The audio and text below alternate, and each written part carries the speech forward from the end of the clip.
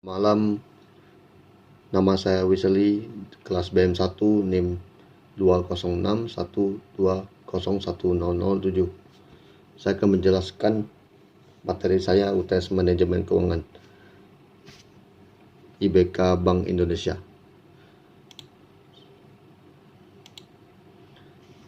Saya akan menjelaskan sedikit tentang sejarah berdirinya Bank IBK Indonesia. Bank IBK Indonesia didirikan di Jakarta dengan nama PT Finkonensia. Pada tahun 1993, Finkonensia berubah dari lembaga keuangan menjadi bank umum. Dan nama Bank Finkonensia resmi berubah namanya menjadi PT Bank Agri berdasarkan Akta Perseroan. Pada tahun 2004, Bank Agri telah melakukan penawaran umum perdana saham dan telah mencatatkan sahamnya di Bursa Efek Indonesia. Dengan demikian, Bank Agri telah menjadi perusahaan terbuka dengan nama PT Bank Agri Tbk. Pada tahun 2015, Perseroan melaksanakan penawaran umum terbatas atau disebut dengan PUTI. Pada tanggal 15 Januari 2019 dilaksanakan penandatanganan pengambilan lihan saham oleh Industri Bank of Korea dengan nama IBK dari PT Dian Intan Perkasa atas saham PT Bank Agri.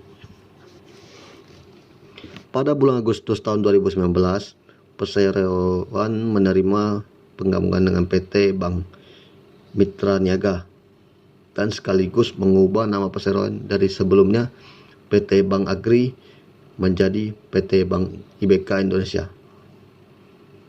Berdasarkan Akta Pernyataan Keputusan Rapat Nomor 250 tertanggal 22 Agustus 2019 yang dibuat di hadapan Notaris Kristina Dewi Utami SH.M.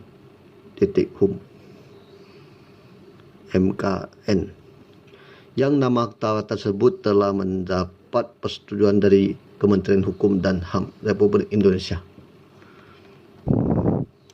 Dan selanjutnya saya akan menjelaskan PT Bank IBK Indonesia, kegiatan usaha pergerakan dalam bidang usaha perbankan yang didirikan pada 1973 berdirinya PT Finkonensia, dan pada tahun 1993 perusahaan diubah menjadi bank umum dan namanya menjadi PT Bank Finkonensia. Pada tahun 2008 PT Dian Perkasa mengakuisisi saham perusahaan sehingga menjadi PT Bank Agri. Dan pada tahun 2014 menjadi perusahaan publik menjadi PT Bank Agri Tbk. Di saat 2019, Industri Bank of Korea atau disebut IBK mengakuisisi saham perusahaan dan saham PT Bank Mitra Niaga, dan nama perusahaan menjadi Bank IBK Indonesia. Itulah sedikit sejarah tentang berdirinya Bank IBK Indonesia. Selanjutnya adalah visi dan misi dari bank. Visinya adalah bank terdepan dalam pembiayaan korporasi di Indonesia. Misinya adalah membangun fondasi bisnis untuk mencapai keuntungan yang stabil dan membangun sistem pertumbuhan berkelanjutan, memperkuat kesehatan dan transparansi manajemen. Struktur pemegang saham di Bank IBK. Yang pertama adalah Industri Bank of Korea, yang jumlah nominalnya itu total sahamnya ada 95,25%. Dan yang kedua itu adalah masyarakat, total cuma 4,75%. Inilah sedikit contoh tentang struktur pemegang saham di IBK. Dan direksinya, dan terdapat 4 direksi di dalam Bank IBK. Yang pertama adalah Lee Daung Sung sebagai direktur, MC Vera Avianti sebagai direktur independen, dan Alexander Van Rory, direktur kepatuhan independen. Dan yang terakhir adalah Edi, direktur independen.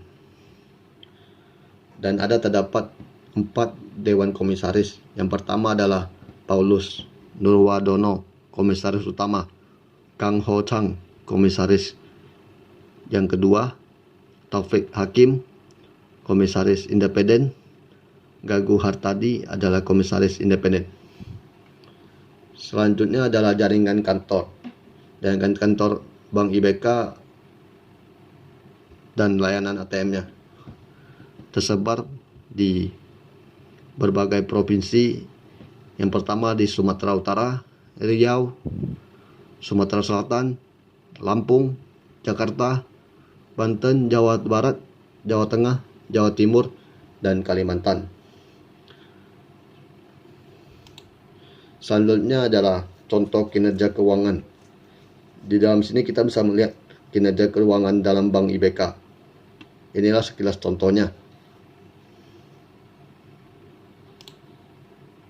Dan ini adalah contoh dari rasio keuangan.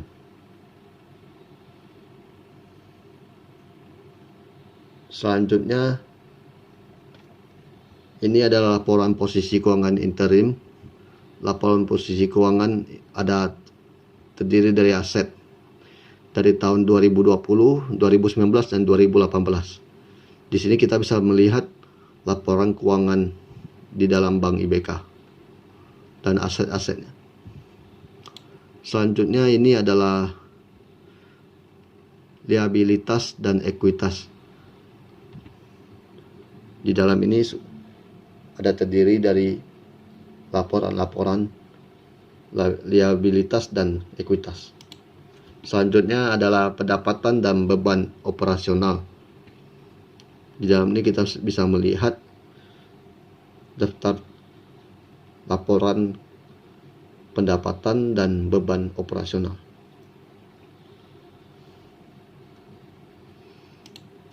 Selanjutnya adalah penghasilan komprehensif lain setelah pajak.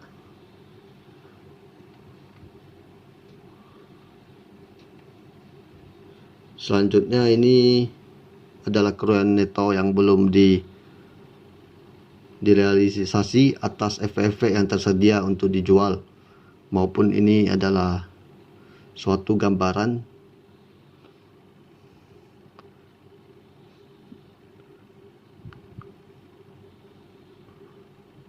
selanjutnya. Inilah contoh-contoh laporan dari perubahan ekuitas.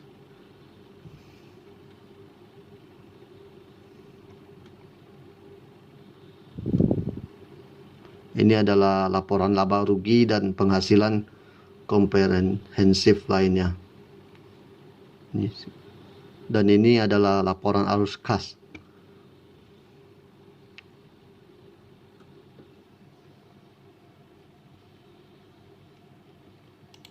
Selanjutnya ini ada laporan arus kas interim atau disebut dengan lanjutan. Inilah contoh dari Bank IBK Indonesia. Sekian presentasi dari saya. Terima kasih.